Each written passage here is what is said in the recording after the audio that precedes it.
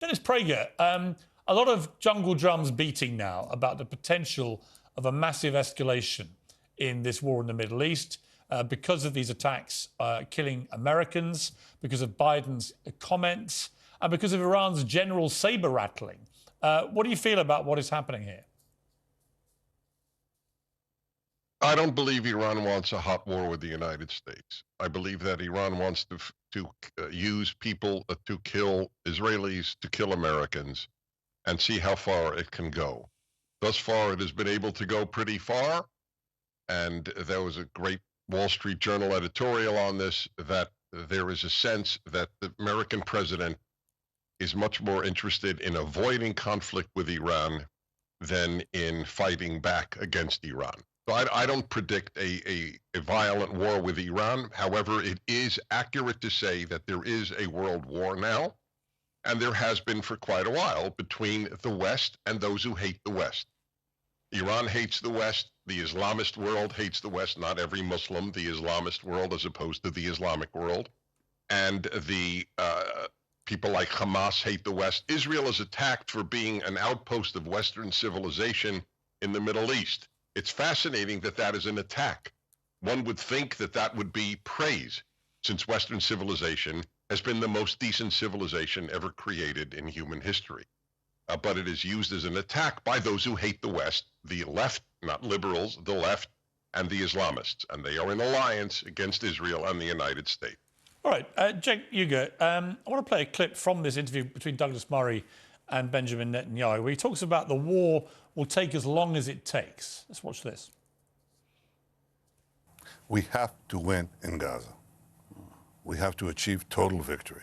Hamas cannot be left standing, coming out of the ruins with a V sign and saying, we'll do it again and again and again. What I say to our American friends, whose help I appreciate a great deal, I said, the war will take as long as it takes, but it will result in total victory, because our battle is your battle and our victory is your victory as well. Now, Cenk, I saw today that one of his cabinet was suggesting that they believe 25% of Hamas terrorists have now been killed and 25% more wounded. And so in their estimation, 50% of the enemy has now been effectively taken out of the battlefield. A, do you think that is probably true? And B, what do you make of what Netanyahu said about this effectively, whether people like it or not, they're going to finish this job?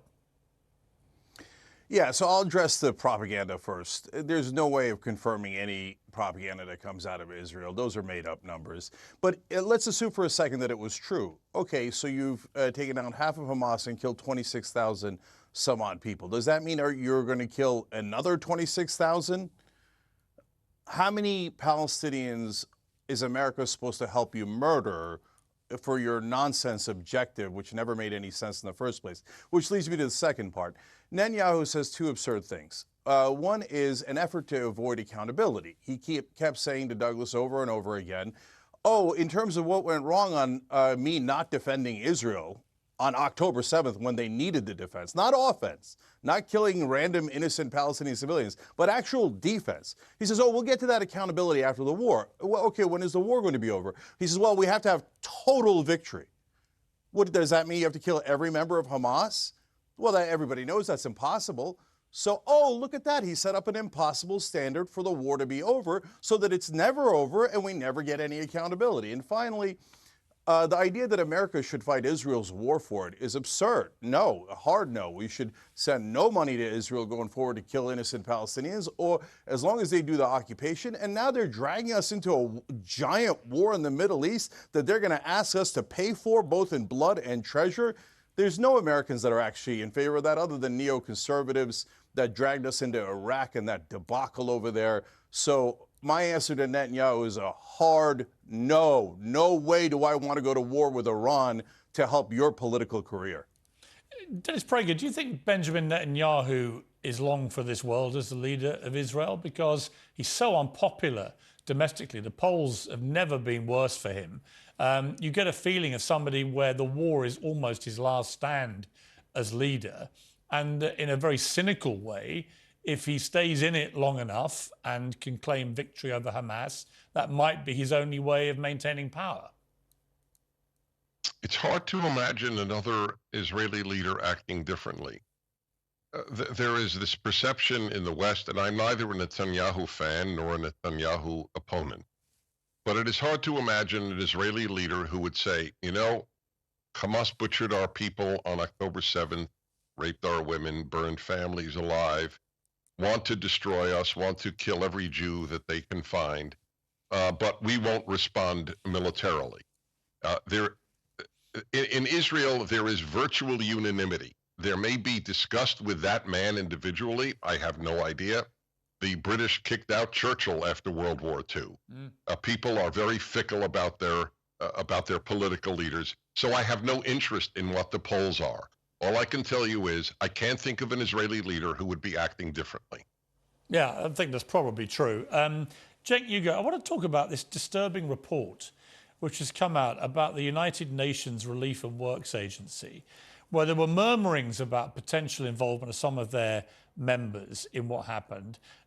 We've now seen a Wall Street Journal investigation which seemingly establishes from a dossier, actually the New York Times as well, an Israeli intelligence dossier alleging that 200 workers from the UNRWA are Hamas or Islamic Jihad operatives, didn't provide detailed evidence. The dossier also alleged that 12 workers crossed into Israel on October the 7th with the Hamas terror group.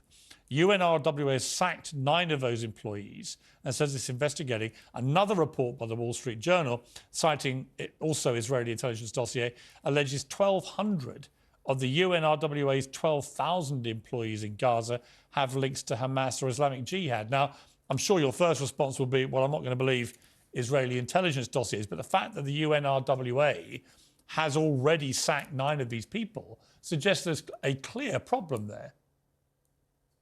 Yeah. So there's 2 different issues here, Piers.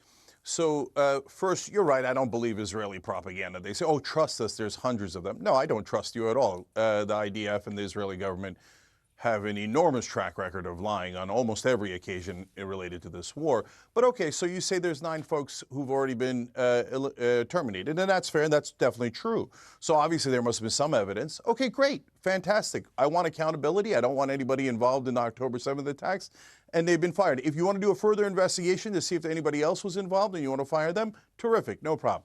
But that's not the real issue here. The real issue is the right-wing Israeli government hates this organization because they help Palestinians. There's now 500,000 Palestinians that are starving, and the only people that are helping them is basically this organization. And Israel thinks, now their right-wing government thinks, well, look, if we can eliminate the one organization that's helping Palestinians, they'll starve more. That way, when we bomb them, when we kill them, and we starve them, there'll be no one to help them. So that'll help us with our ethnic cleansing when we try to push them into Egypt, which several cabinet ministers, including their national security minister, have now said that is what they want to do, which is, of course, ethnic cleansing 101. So they're targeting this group to try to eliminate its funding, and it's working brilliantly. The Western powers don't actually want to help the Palestinians, so they're using this as an excuse to target the whole group. And one last thing that gives you a stark example of it. Let's say that there was 9 people or even a couple hundred people inside Israel who helped Hamas on October 7th. It's not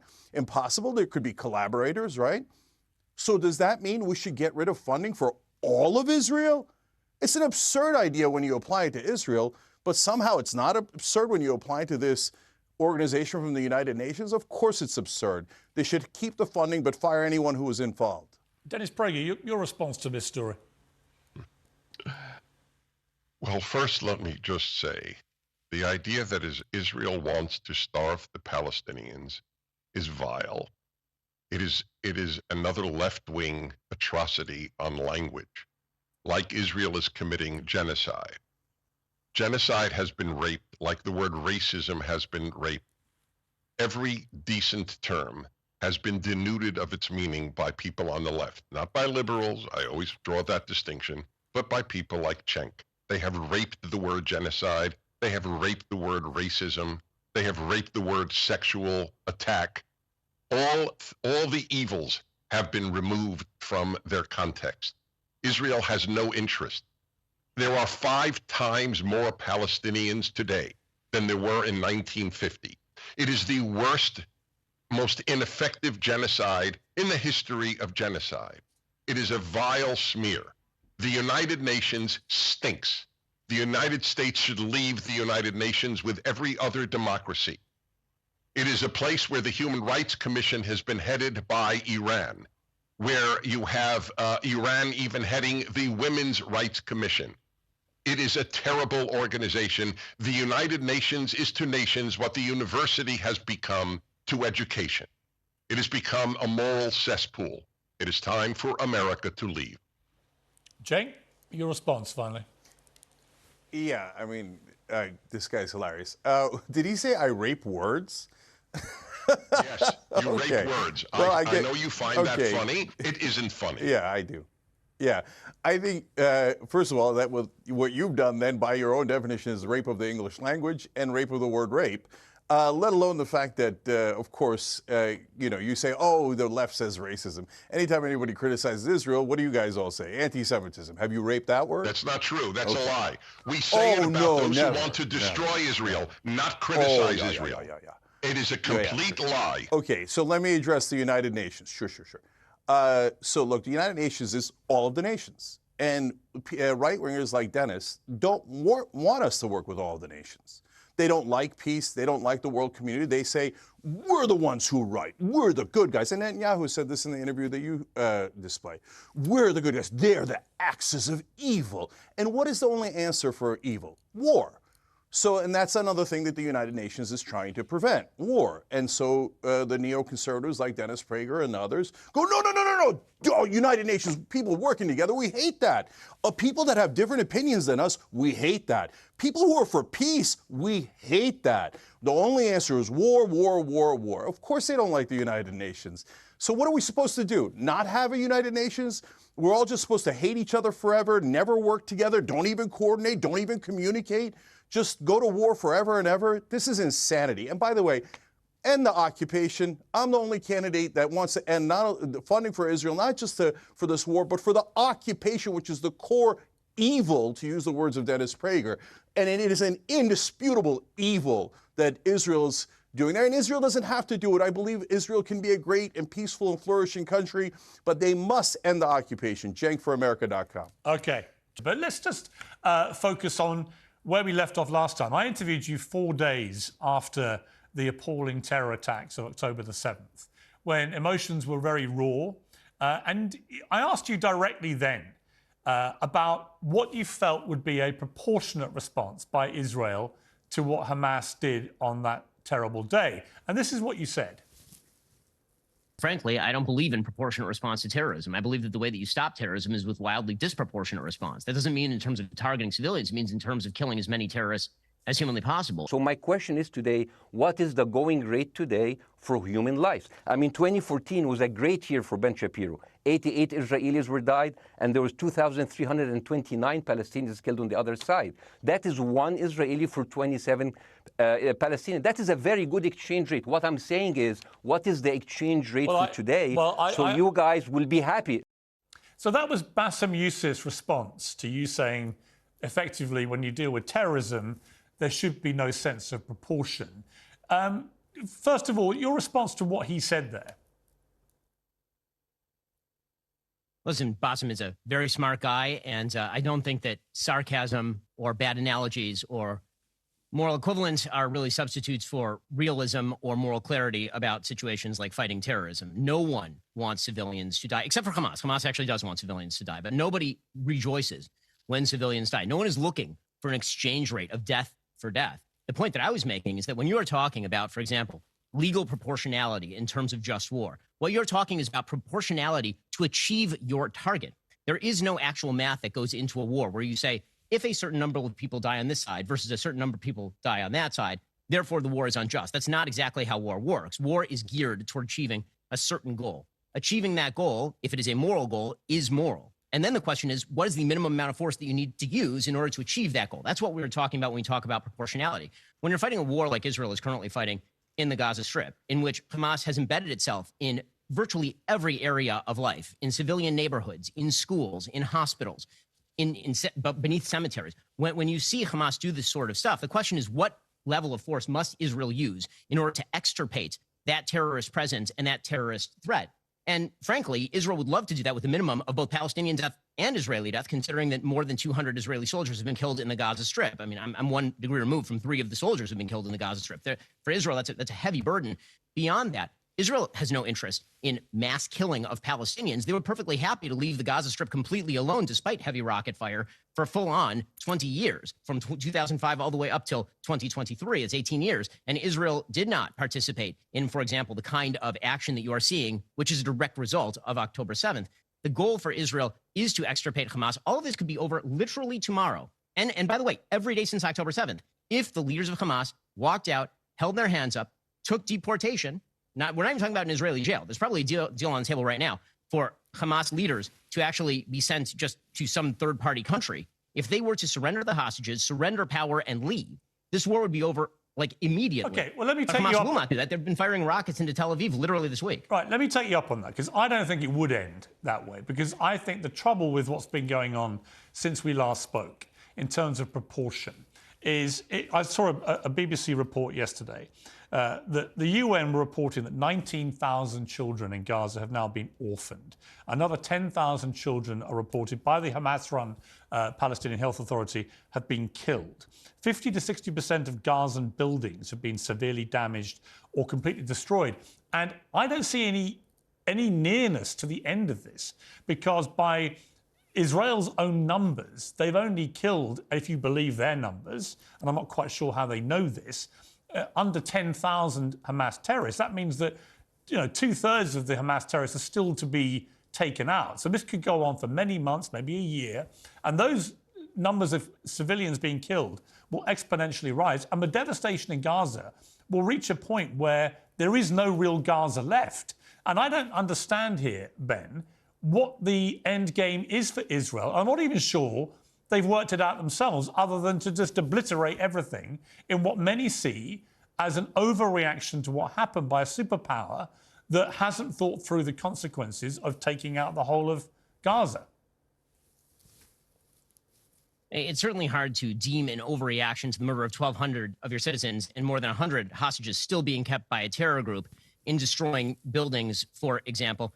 Right now, what Israel is attempting to do and what the long-term plan is going to be, and I said this in the interview, as you'll recall, days after October 7th, is that there would, in fact, be a long-term military occupation of Gaza. The question is going to be when Israel shifts its strategy from a high-intensity campaign to a lower-intensity occupation, which is predictably going to be the result of all of this. Because, again, the governing power in Gaza is still Hamas. When Hamas is no longer the governing power, the question is going to be what replaces it. Unfortunately, there's been no power other than Israel that has been willing to actually take up that question, simply because the Palestinian Authority is incapable of even running the West Bank. The Palestinian Authority is deeply unpopular even in the West Bank. The Palestinian Authority is itself rife with corruption and Jew hatred. There's literally law on the books in the Palestinian Authority, pay for slay, that actually pays people for the killing of Jews. So that is not a power that can be in charge of the Gaza Strip that will leave Israel with any sort of sense of security. The UAE has no interest in running the Gaza Strip. Egypt has no interest in running the Gaza Strip. Jordan has no interest in running the Gaza Strip. Saudi has no interest in running the Gaza Strip. The United States obviously has no interest in running the Gaza Strip. So the question becomes, who runs the Gaza Strip? And if you are Israel, that question is not a question for a distant day. That is a question for every day. And right now, the military is effectively in control of the Gaza Strip, and that is likely to remain until there is some form of regime in the Gaza Strip that can be put in place that will end with the extirpation of terrorism, that cannot involve the UNRWA, which is a terror haven, that cannot involve the UN, because the UN, unfortunately, has been cover for Hamas for literally 20 years. And so the question here is a tough one, and it's not an answerable one in kind of right now. And that's sort of the problem. Just because there is no good answer to the question doesn't mean that the question isn't urgent or that there is an alternative option available to what Israel is doing. What I've been missing in all of this is what exactly is the alternative option that has been presented by anyone other than Israel continuing on its quest to extirpate Hamas so long as Hamas is holding its citizens, firing rockets into the center of Israel and threatening Israeli life. Okay, but my response to that would be that I think it's morally incumbent on Israel, who I've already said many times and believe to this day have not just a moral right to defend themselves, but a duty to their citizens to do so. So let's just park that to one side.